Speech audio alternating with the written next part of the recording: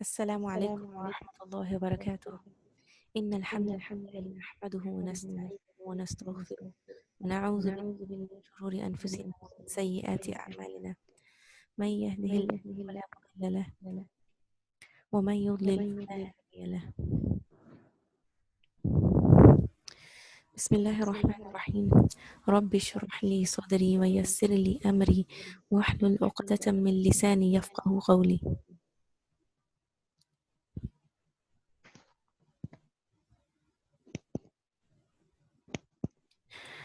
Today, inshallah, we will be starting chapter number 5. That's the last lesson in book 2. I have opened the page on the screen.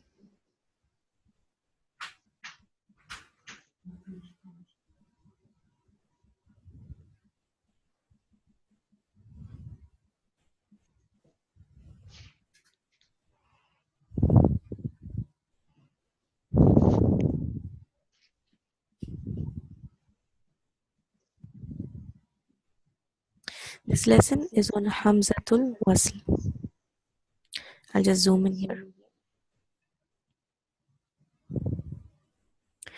Al-Wasl means to continue, to join, to connect. These are the general basic meanings of Wasl, Waw, Sad, and Lam, which is here written down in Arabic. Just give me a minute. This one. This means to join, to connect, to continue. And Hamza means the alphabet Hamza. Okay, so the whole chapter is on this. We will do it split in 2 lessons, this one and the next, because it's quite a big detailed one. If we finish, then the next class will be just revision of the whole book or queries, specific queries. So let's go to, this is page number 49 of the textbook. When I say the page, it's not the PDF number. The PDF number is a little different. It's 71 in case you're opening from the PDF. So here, Hamzatul Wasl is known as the connecting Hamza.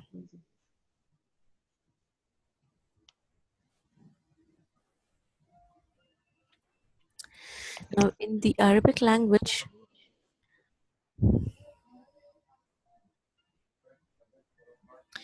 whenever you start reading, you have to start with a voweled letter. In the sense, if you have an alphabet, you have the way of reciting it is you come to know with the vowel. It's a fatha, kasra, or dhamma that tells you the way of reciting the alphabet, whether it's ta, ti, or tu.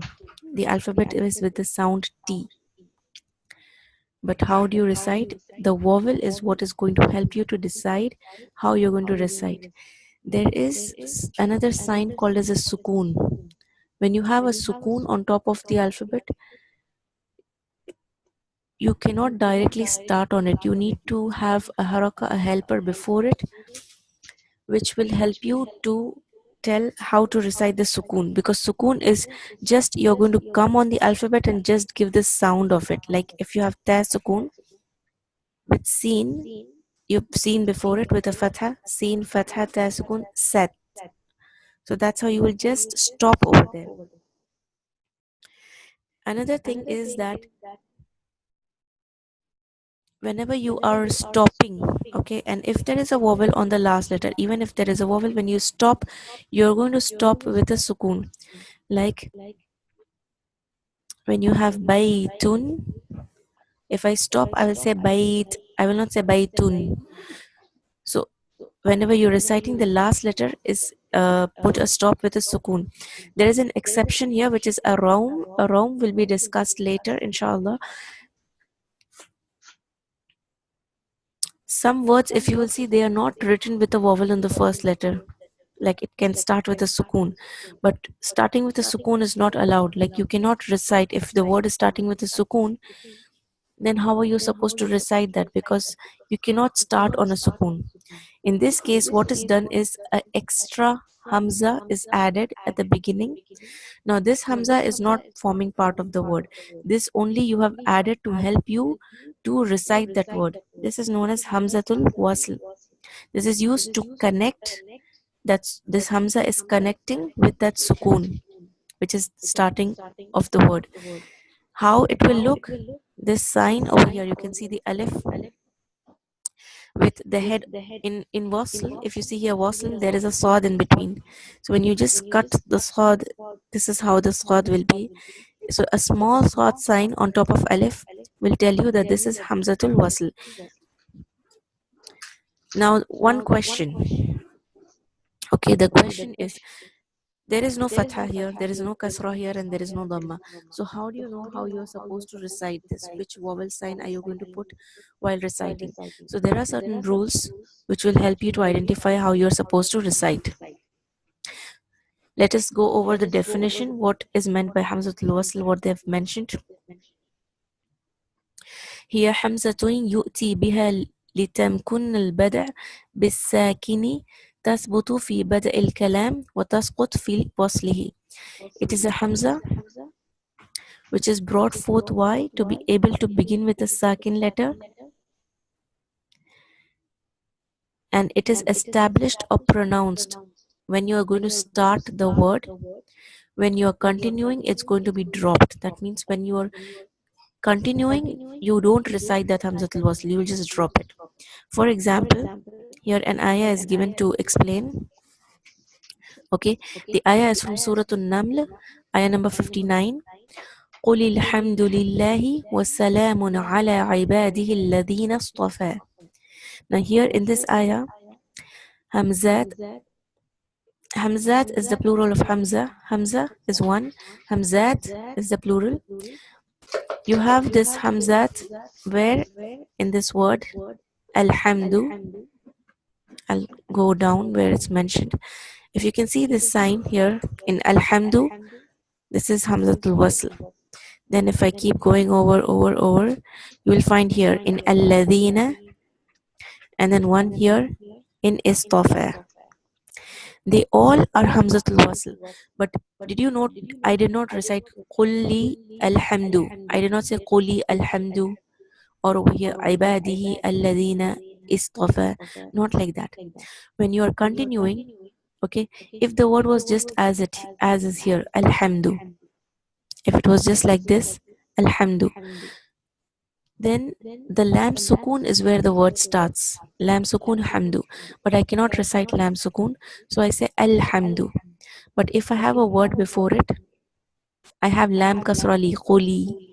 This lam sukun you can directly join to the lam, sorry, the lam kasra, quli. The lam kasra you can directly join to the lam sukun here, qulil. You can say qulil. So you don't need that helper hamza that you added. So when you're continuing, you do not recite that. That is only used for joining when you're going to start on that word. So this joins, it's called wasl because it joins to a point with sukun. Now this hamzatul wasl is different with the letter hamza, and that is why you should not confuse yourself, and you should know the difference between both of them. Hamzatul wasl will always come at the beginning. Why?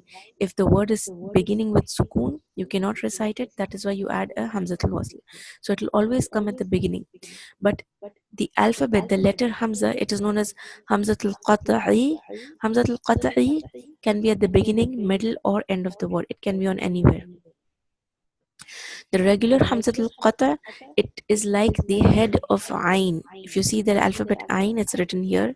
If you just cut it and only take the head, that is how the letter hamza is generally. But it can also be written on top of alif.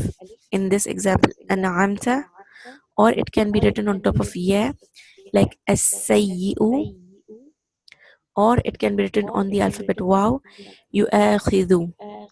Now, in all these three cases, you saw it was on alif, on ya, and on waw. These three are the maddiya letters. So it can come by itself as hamza, or on alif, waw, and ya, the maddiya letters. When it comes on ya, you can see there is no dots written on ya. Now, this letter is no longer an alif, it's a hamza. This letter is no longer a ya, it is a hamza.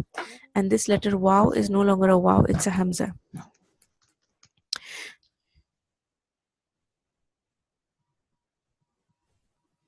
You can also write it on a tooth or stick it in the middle of a word. This is like, for example, yeah, when you write yeah in the middle of a word, when you write yeah, it's just like a straight line. So when you see a straight line, you can see oh here al malaikatu, al malaikatu. So it's like you can see it looks like a tooth. It's actually the yeah. It's in the middle of the word. You can even write it below, and it's with a kasra here, so that's why it's written below. Or you can just write it in the air with no letter or stick to lean on. You can just write it in the air, like in al asma'a. Here, this is on alif, the first hamza. The other one is just like that. It's just written alone. Al asma'a. These are all hamzatul qata. Hamzatul qata will have these four faces: alone, on top of alif, on ya, or on wow. But hamzatul wasl will only come at the beginning. It will be an alif with the head of sad on top of it.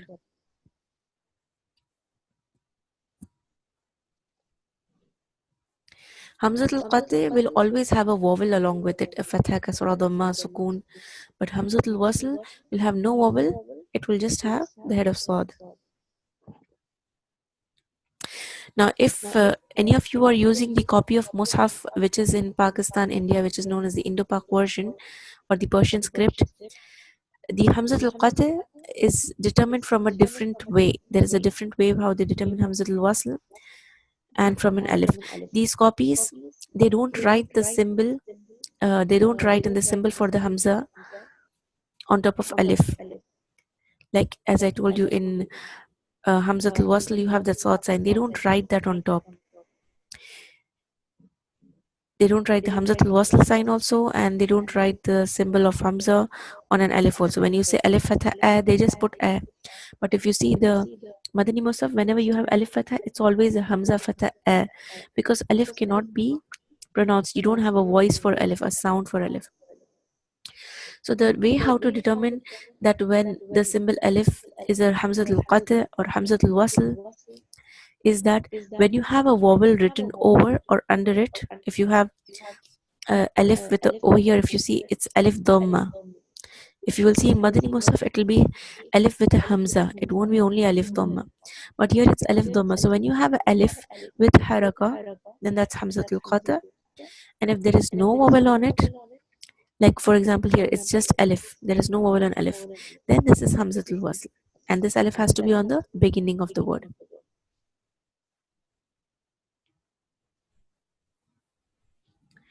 The actual alif, which is the letter alif, preceded by a fatha, what they mean here is the real alif is what? Like alif does not have a sound, and you will never find alif with harakat. It is only used as a mad. Ba fatha alif ba. Only then you will see alif. So this real alif, that alif can never start a word because alif is always a second letter. So you cannot start a word with that alif. Now, Hamzatul Wasl, mawadi'uha, its locations, it's found in verbs, in nouns, in huruf, al-af'al, al-asma, al-huruf participles, which we just saw in the last class, that there are three parts of speech in Arabic: verbs, nouns, and participles. So Hamzatul Wasl can come in either of these.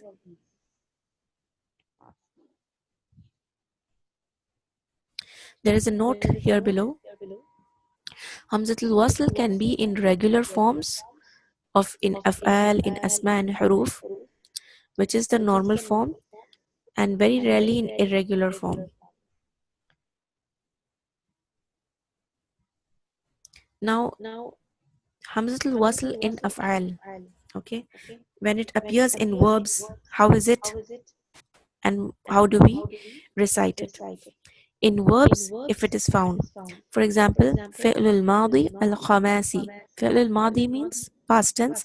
Khamasi means the basic root, which is on huwa version, on masculine singular past tense, will have 5 alphabets in it. the root letter, and which will be 3 maybe, and 2 more extra letters. That will be 5 letters. Now there are few ayat given as examples. فَمَنِ اعْتَدَى عَلَيْكُمْ فَاعْتَدُوا عَلَيْهِ بِمِثْلِ مَا اعْتَدَى عَلَيْكُمْ. This is Surah Al-Baqarah, ayah number 194. Now if you see, this one is all wasl. If you're just continuing reciting, it's joining. But if you see the words i'tada, a'tadu, like this one, all are the same words: i'tada, a'tadu, and i'tada. These are all verbs. These are af'al. اقترب للناس حسابهم. اقترب is a verb. Surah Al-Anbiya, ayah number 1. Then إن الله اشترى من المؤمنين أنفسهم وأموالهم بأن لهم الجنة. This is Surah At-Tawbah, ayah number 111. Now here where all Hamzat al-Wasl is coming, this one, Ishtara, this is a verb. Al-Mu'minina, this is an ism. Al tells you it's an ism, so we'll leave this out. Then you have Al-Jannah is also an ism, so we'll leave this out. So those are all fi'l al-madi with a 5-letter base. You have with a 6-letter base examples. وَإِذِ اسْتَسْقَى مُوسَى لِقَوْمِهِ. Surah Al-Baqarah, ayah number 6. Istasqa. This is Hamzat al-Wasl. إِلَّا إِبْلِيسَ اسْتَكْبَرَ وَكَانَ مِنَ الْكَافِرِينَ. This is Sad, ayah number 74. Istakbara. Istakbara. This is also Hamzat al-Wasl. Then Surah Al-Kahf, ayah number 77. حتى إذا أتيا أهل قرية استطعما أهلها. Over here, استطعما. This is also Hamzat al-Wasl in the beginning. Then another one. وَإِنِ اسْتَنصَرُوكُمْ فِي الدِّينِ فَعَلَيْكُمُ النَّصْرُ.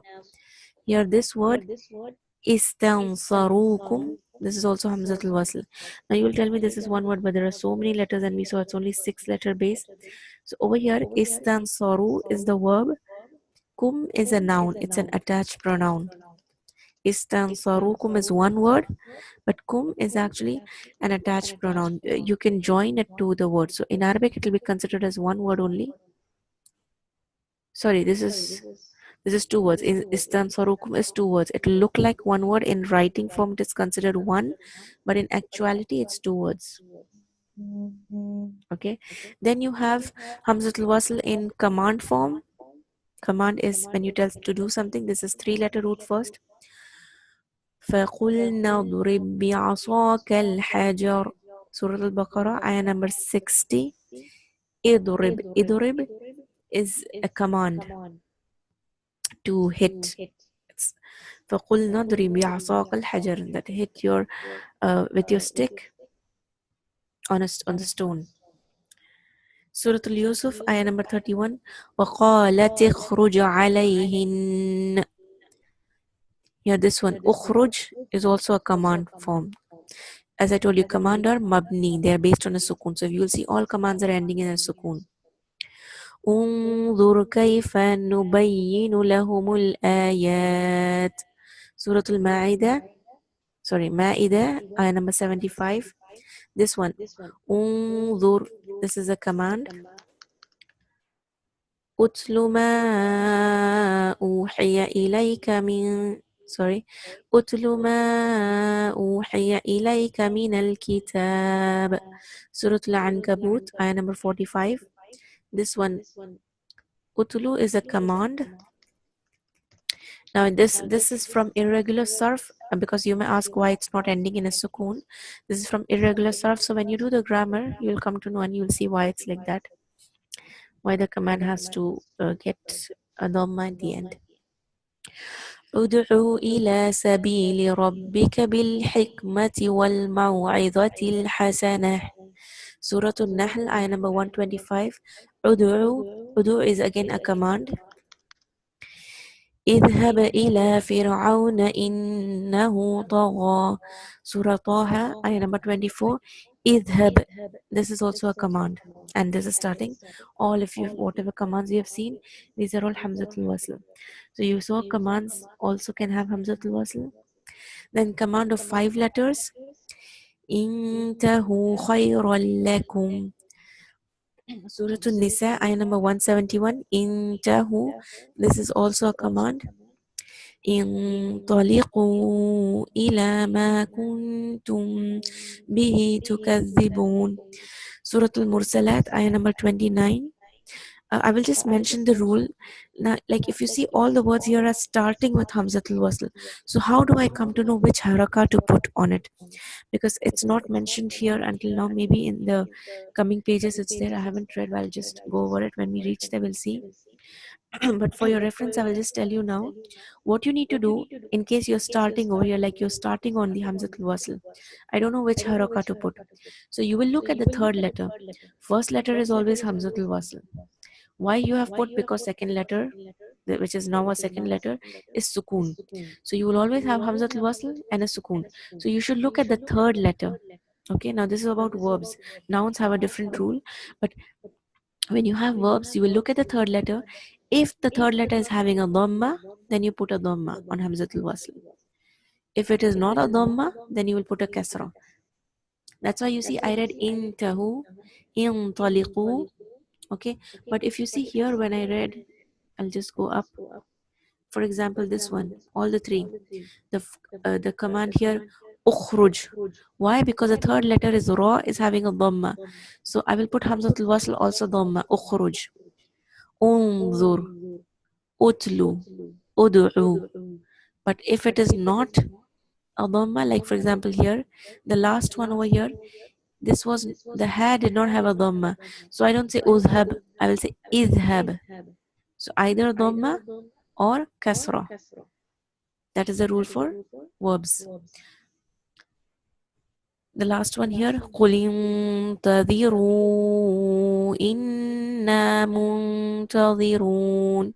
Surah Al-An'am, ayah number 158. انتظروا. This one, I put a kasra because the third letter is not a dhamma. You just check, it's a dhamma, you put dhamma. It's not a dhamma, you put kasra straight away. There are a few exceptions, we'll see inshallah. Then the command form of 6 letters. استغفر لهم أو لا تستغفر لهم. Surah At-Tawbah, ayah number 80. قالت إهدهما يا أبت استأجره. Surah Al-Qasas, ayah number 26. This one, ista'jir. I put kasra because we don't have dhamma on the third alphabet. قل استهزئوا إن الله مخرج ما تحذرون. Surah At-Tawbah, ayah number 64. استهزئوا. Okay. Then we have Hamzatul Wasl. Okay, one more thing. Now when we saw past tense. Past tense, 5-letter root. We saw 6 letters also. Past tense, which one did we see? Just let's go over it once more. In the Quran, the examples that we saw is past tense with, sorry, I think I moved the page. Just give me a minute.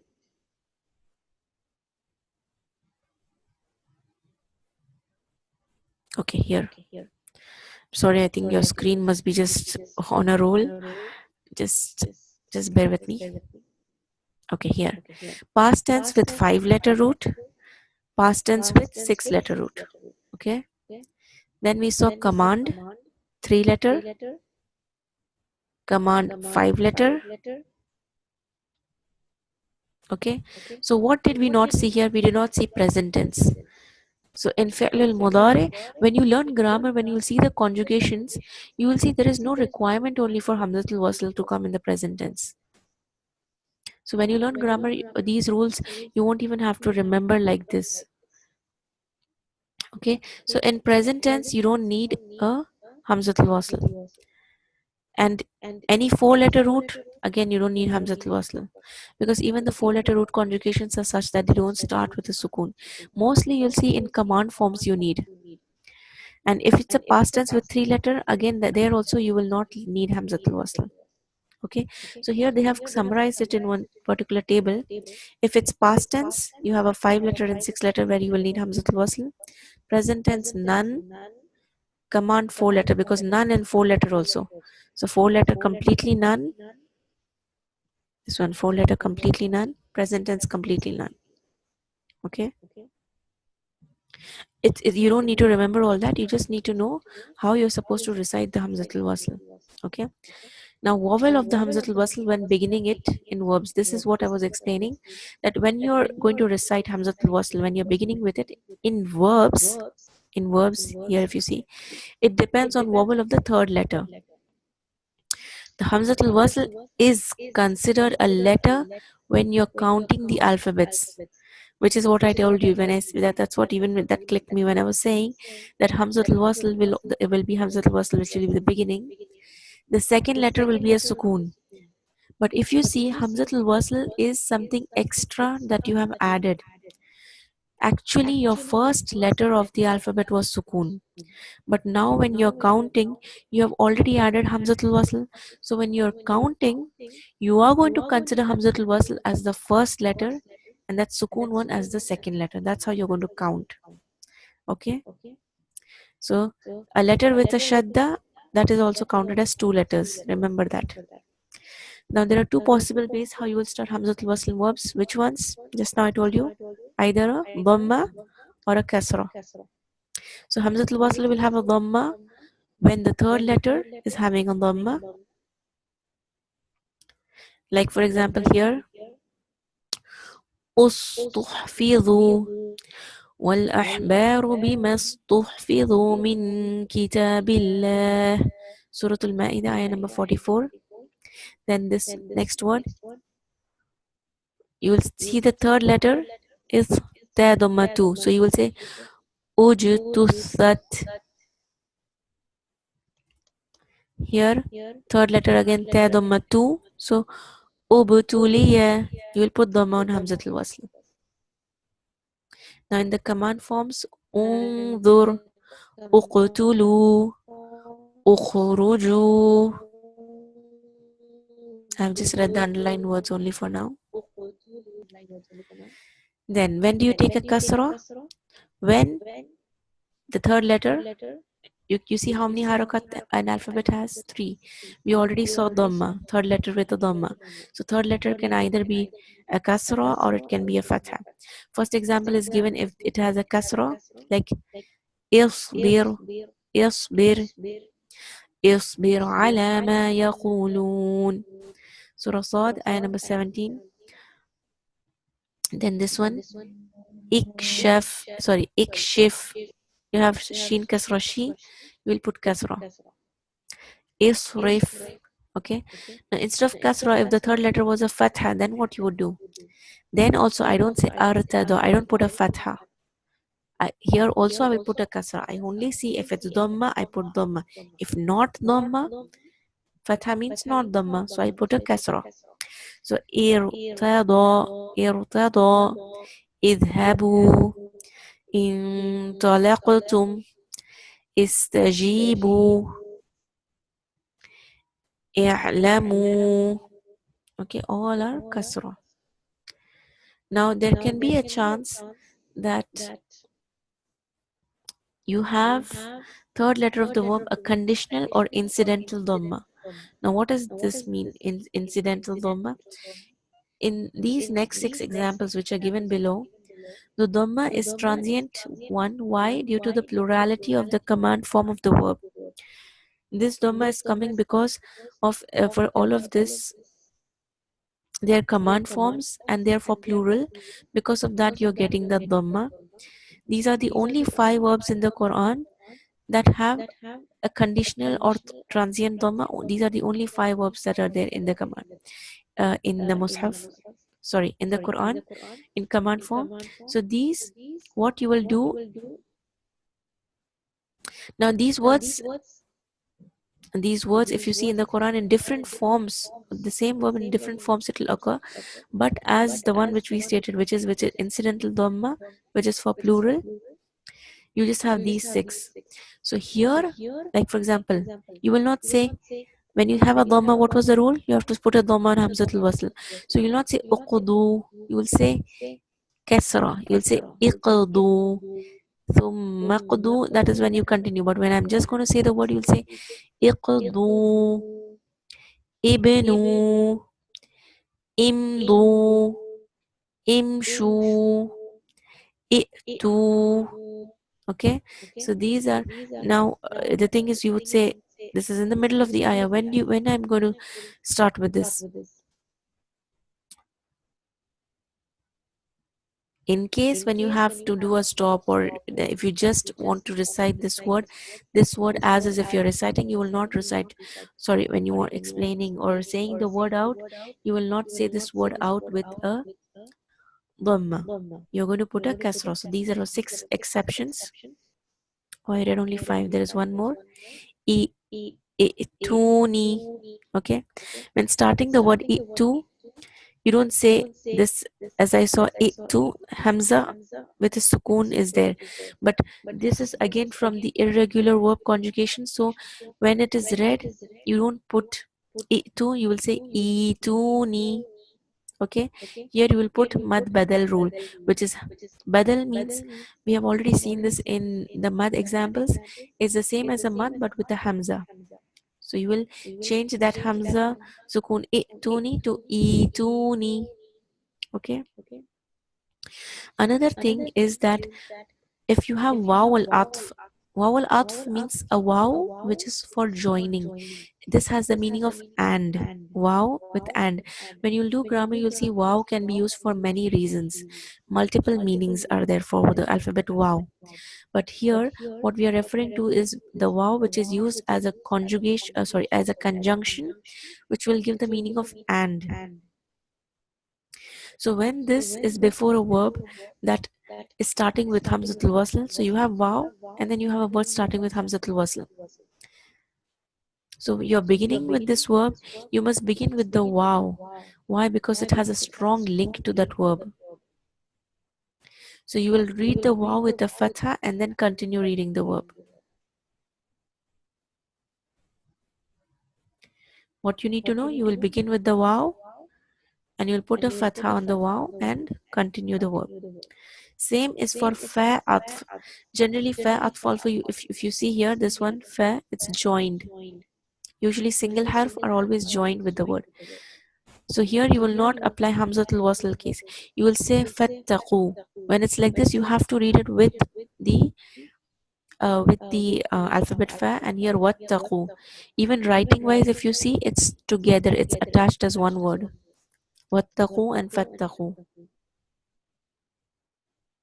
Now that was all about hamzatul wasl coming in verbs. It can also come in nouns.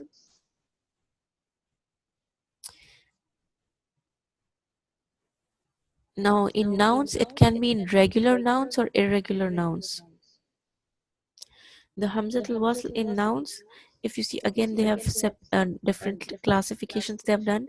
Like if the original noun is from a 5 or 6 letter word, they have first explained what a masdar is, because usually in noun forms, when you have the noun, it is derived from a root letter word. So the verb will be there, a family of the verb will be there. Based on it, it will be conjugated. So if it's based on uh, a 5 or 6 letter verb, the noun form of an action is called a masdar.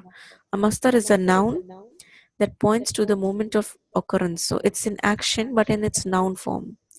So these masadir is the plural of masdar. If they begin with hamzatul wasl, it will be either 5 letter or a 6 letter. Like for example, the family that they have given is ifta'ala, because not all masdar will have hamzatul wasl in the beginning. So this one which has is ifta'ala. This is on 5 letter root. 6 letters is istafa'ala. Istafa'ala. So when they're in noun form, the third letter is having what? If you see the third letter, it is fatha. So you will put a kasra. Sorry, when these verbs are in the noun form, the third letter has a kasra and an alif is added before the last letter. So what happens here is the masdar over here, ifti'al. Okay, from this is the family which they have given, is the family. Ifta'ala and istaf'ala is the family. In this family, the masdar which is there, how do you do? What do you do is on the third letter you put a kasra, and your hamzatul wasl also again will have a kasra. Ifti'al. And istaf'ala, the masdar for that is istif'al. Istif'al. Okay. Now there are some examples given for the masdar for 5 letters. If you see this word, iftira'an, iftira'an. Okay, you put a kasra here.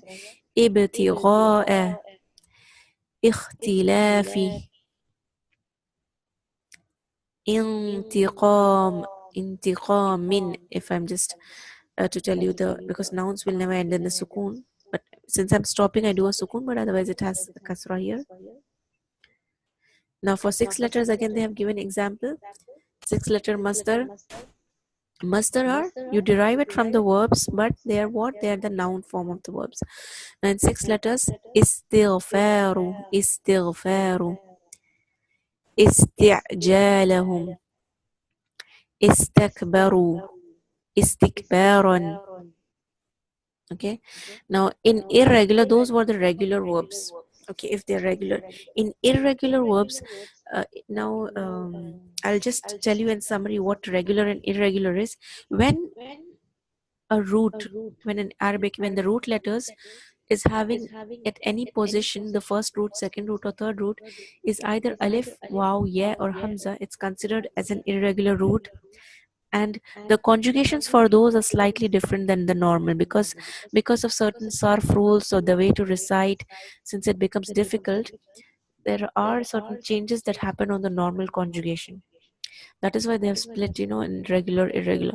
So if you see hamzatul wasl in irregular nouns, the irregular hamzatul wasl is found in 10 specific nouns in Arabic language. 7 out of these 10 are in the Quran. The nouns found in the Quran are ibn, then you have ibnat, imru, imra'at, ism, isnain, isnatain. Okay, in like this one, Isa ibn Maryam, if I just say the word with this one hamzatul wasl, ibnu is noun. Okay, ibni, this is again the same word ibn, but a ya is added at the end to make it my ibni. Examples of ibnat is here, ibnat wa Maryam ibnat. So in the Quran, this is found in singular and also double form. This ibnat is singular, ibnatayya is dual, ibnatayya is two, ibnat one daughter, ibnatayya two daughters. Now examples of imru here, imruun, imruun. This can be coming in, it's in the Quran, it's there as marfu, mansub, or majroor. Marfu means it will have a dhamma at the end. Mansub means it will have a fatha at the end, and majroor is kasra at the end. So umruun, imra'a, and imri'in. Sorry, this one I read umru, it's imru'un. Sorry, it's imru'un, imra'a, and imri'in. Then the feminine form of that, imra'atun, you will find imra'a, this word, if you see here on top, the example is what? Example of imra'a. It's ending in closed ta. But when you see in the Quran, you will find it written as imra'at or imra'a with closed ta or open ta, both. Generally, I'll just tell you a hint on what will be there. But first, let's complete the statement. Imra'at can be found in single, which is imra'at. this one, or imra'atayn, which is this one. Okay, both begin with Hamzatul Wasl. So here, this one is imra'ata, okay, and this one is also imra'ata. Now, imra'at means wife. When it's just imra', then it will be with a closed ta. But if it is wife of someone, imra'ata nuhin, then that closed ta opens up. Imra'ata nuhin. Okay, so imra'atun, this one, and this one imra'ataini, which is in the dual form. So with open ta, closed ta, and dual form. Then there are some examples of ism. The word ism itself, ismuhu. Okay, all these are with a kasra. Do you note all are isms and all we are putting with a kasra? Then you have isnain. Isnain is either isnan or isna ashar. Isnain, isna ashar. You will remember in Surah Yusuf it's there, isna ashar. So you have here isnani, isnaini, isna ashara, isna ashara, isna ashara, and isna ashara. Sorry, isnai. This is two, huh? Isnai ashara. Isnai ashara. Then isnataini, same thing but in feminine form. The ta, the addition of ta makes it feminine. Again, you can have the dual form. So isnata, isnata, or isnatai, or isnataini. Okay. The other three, which is uh, ibnum, ayyum, and ist, they are not found in the Quran. There are total 10. We saw 7. These are the other three. The word al-ism is found in Surah Al-Hujurat. It can be started in two different ways, which is here if you see al-ismu, okay, al-ismu, which is we put a fatha, right? Hamzatul wasl maftuha, and lam, sorry, a-lismu, that's what they have said. That is Hamzatul wasl, you will put a fatha a, and lam kasra li, a-lismu, a-lismu. Or you can start with a kasra on Hamzatul wasl, which is e.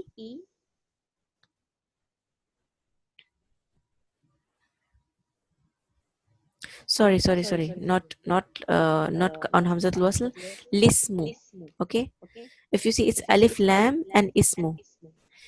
Al ismu in Surah Al-Hujurat you can recite in two different ways. One is put a fatha al ismu, or you just skip out that Hamzatul wasl and just say lismu. Bi'sa lismu, or bi'sa, when you're joining, of course it will be bi'sa lismu. Both ways are accepted, even if you just ignore the Hamzatul wasl and say lismu. Now I will just end the session here. We have done until page number 62. We have just